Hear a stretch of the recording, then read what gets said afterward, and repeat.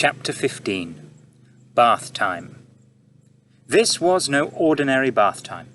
Chloe realised this had to be run like a military operation. Hot water? Check. Towels? Check. Bubble bath? Check. Rubber duck or similar animal-based bath toy? Check. Soap? Was there enough soap in the house? Or in the town, or indeed in the whole of Europe, to make Mr. Stink clean? He hadn't had a bath since, well, he claimed last year, but it might as well have been since dinosaurs ruled the earth. Chloe turned on the taps, running them both together so the temperature would be just right. If it was too hot or too cold, it might scare Mr. Stink off baths forever. She poured in some bubble bath and gave it a swirl. Then she laid out some neatly folded towels, pleasingly warm from the airing cupboard, on a little stool by the bath. In the cabinet, she found a multi-pack of soaps.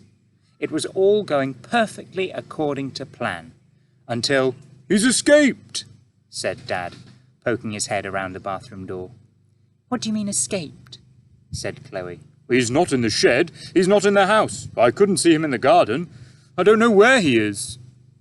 "Start the car," said Chloe. They sped off out of their street. This was exciting. Dad was driving faster than usual, although still 1 mile an hour less than the speed limit, and Chloe sat in the front seat, which she hardly ever did. All they needed were some donuts and coffee to go, and they could be two mismatched cops in a Hollywood action movie. Chloe had a hunch that if Mr. Stink was anywhere, he would be back sat on his bench where she had first talked to him. "Stop the car," she said as they passed the bench. "But it's a double yellow line," pleaded Dad. "I said stop the car!" Dad stamped on the brake. The tyres screeched as the car stopped. They were both propelled forward a little in their seats. They smiled at each other. The excitement of it all. It was as if they had just ridden a roller coaster. Chloe sprang out of the car and slammed the door shut, something she would never dare do if her mother were around. But the bench was empty. Mr. Stink wasn't there. Chloe sniffed the air. There was a faint whiff of him, but she couldn't really tell if this was a recent one or a lingering odour from a week or so ago. Dad drove around the town for another hour. Chloe checked all the places she thought her tramp friend might be.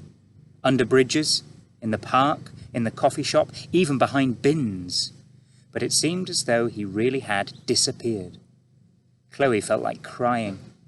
Maybe he had left the town. He was a wanderer, after all. "We'd better head home now, darling," said Dad softly. "Yep," said Chloe, trying to be brave. "I'll put the kettle on," said Dad as they walked indoors. In Britain, a cup of tea is the answer to every problem. Fallen off your bicycle? Nice cup of tea. Your house has been destroyed by a meteorite? Nice cup of tea and a biscuit. Your entire family has been eaten by a Tyrannosaurus Rex that has travelled through a space-time portal? Nice cup of tea and a piece of cake. Possibly a savoury option would be welcome here too, for example a Scotch egg or a sausage roll. Chloe picked up the kettle and went to the sink to fill it. She looked out of the window. Just then, Mr. Stink's head popped up from the pond. He gave her a little wave. Chloe screamed. When they'd got over their shock, Chloe and Dad walked slowly towards the pond. Mr. Stink was humming the song "Row, row, row your boat" to himself. As he sang, he rubbed algae into himself with a water lily.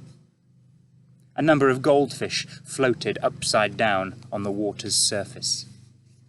"Good afternoon, Miss Chloe. Good afternoon, Mr. Crumb," said Mr. Stink brightly. "I won't be here too long. I don't want to get wrinkled in here." What are you doing?" asked Dad. "The Duchess and I are having a bath, of course, as young Chloe suggested." At that moment, the Duchess appeared out of the murky depths, covered in weeds. As if it wasn't enough that he was having a bath in a pond, Mr. Stink had to share it with his dog, too. After a few moments, the Duchess clambered out of the pond, leaving behind a large black scum layer floating on the water. She shook herself dry, and Chloe stared at her in surprise. It turned out she wasn't a little black dog after all, but a little white one. "Mr. Crumb, sir," said Mr. Stink, "would you mind awfully passing me a towel? Thank you so much. Ah, I am clean as a whistle now."